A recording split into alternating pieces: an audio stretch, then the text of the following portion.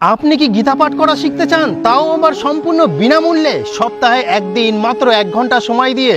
হ্যাঁ বন্ধুরা, সনাতন সংস্কৃতি পরিষদের পক্ষ থেকে এই গীতা প্রশিক্ষণ শিবিরের আয়োজন করা হয়েছে, যেখানে বাঙালিদের সম্পূর্ণ বিনামূল্যে গীতা প্রশিক্ষণ দেওয়া হবে। এই প্রশিক্ষণের মাধ্যমে ভগবান শ্রীকৃষ্ণের মুখনিসৃত বাণী, গীতার জ্ঞান প্রত্যেকটি ঘরে ঘরে পৌঁছে যাবে।